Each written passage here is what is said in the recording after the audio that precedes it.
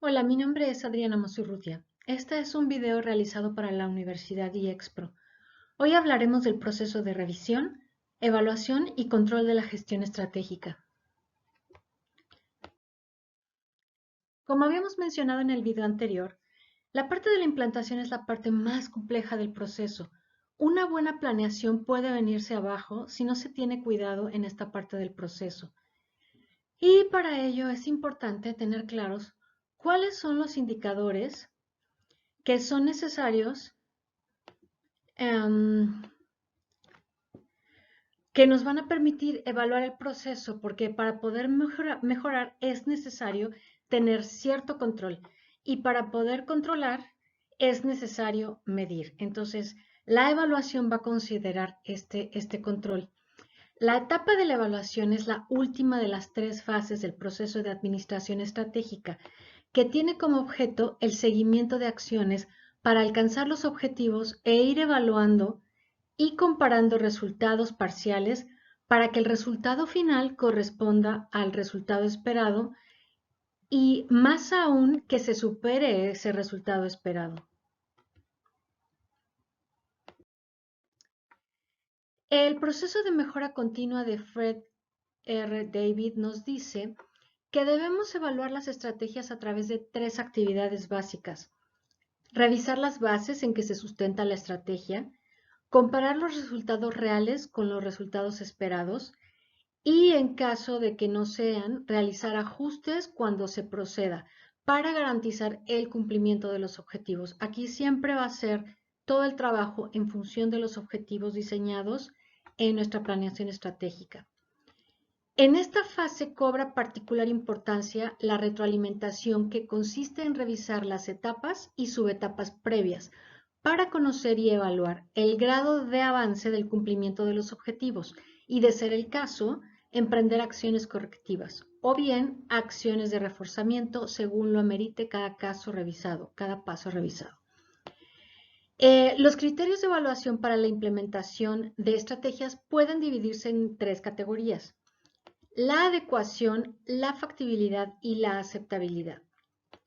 Aquella estrategia que las contenga todas, bueno, está del otro lado, pero si no, habrá que evaluar y jerarquizar para ver qué tanto se está cumpliendo cada uno de estos tres criterios y elegir aquella estrategia que cumpla pues en mayor medida. Entonces, si no se establecen las jerarquías, dependiendo de qué tan adecuadas sean y en qué nivel, se elegirá la más adecuada. Cuando hablamos de adecuación nos referimos a qué tan adecuadas son las estrategias para cada situación identificada en el análisis estratégico, qué tanto se aprovechan las fortalezas y las oportunidades de la organización para poder minimizar las debilidades internas y las amenazas del entorno. Para conocer el nivel de adecuación se pueden utilizar modelos estratégicos teóricos u observar la experiencia empírica de las empresas que han estado en un contexto similar y que han optado por las mismas estrategias o estrategias similares. La factibilidad se refiere a qué tanto se ajustan las estrategias con la organización en la que va a ser implantada, si se cuenta con los recursos y capacidades que se necesitan para implantarlas. Y la aceptabilidad mide las consecuencias de la estrategia, mide los resultados, hace el comparativo entre los resultados reales con los esperados. Algunos conceptos clave en esta fase son el propio concepto de control. La evaluación tiene mucho que ver con el control. La evaluación, el proceso de control y sus alcances. La evaluación se va a dar a través del seguimiento de las acciones y estrategias planteadas y a través de su control. Entonces, vemos que control es una palabra clave.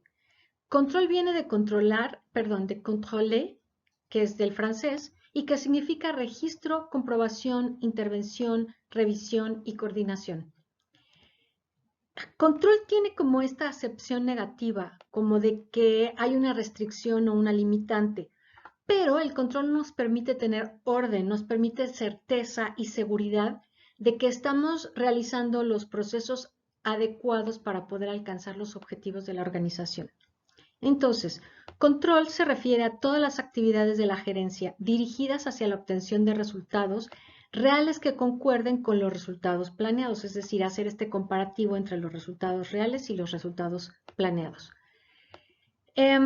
Entonces, cuando hablamos de control, hablamos de vigilancia y de regulación de las actividades y de los comportamientos de los actores en la empresa para conseguir ciertos objetivos.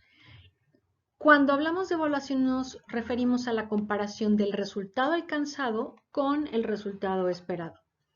El proceso de control es una serie de pasos que van a asegurar la consecución de los objetivos. Es decir, ya tengo definidos cuáles son los objetivos, voy a observar, voy a medir, voy a comparar, voy a difundir, emprender acciones y en caso de que sea necesario, reiniciar todo el ciclo de planeación estratégica o hacer las revisiones donde sea necesario.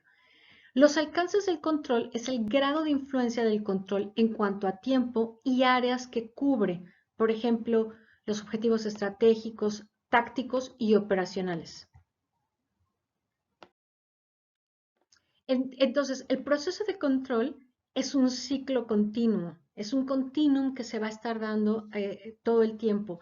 Por eso se habla de este proceso de mejora continua, donde se tiene la posibilidad de mejorar cada vez que se vuelve al punto de revisión. Entonces, establezco objetivos, observo el desempeño, lo mido, compruebo el desempeño contra los objetivos, se dan a conocer los resultados, se emprenden acciones y nuevamente regresamos a establecer nuevos objetivos de desarrollo. Cada vez en esta espiral ascendente, idealmente, que eso es el proceso de mejora continua.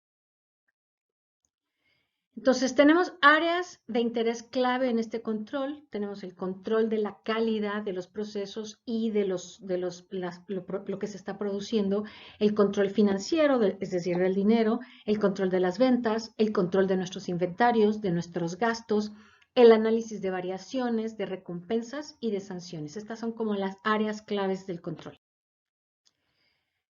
Para las organizaciones, cuando establecen este tipo de evaluación y este tipo de controles, es muy común que utilicen rankings para poder hacer benchmarking. El benchmarking es compararme con otros y de hecho compararme con los mejores. Por eso entramos en los rankings. Los rankings consideran diferentes variables, factores o estrategias para elaborar sus evaluaciones.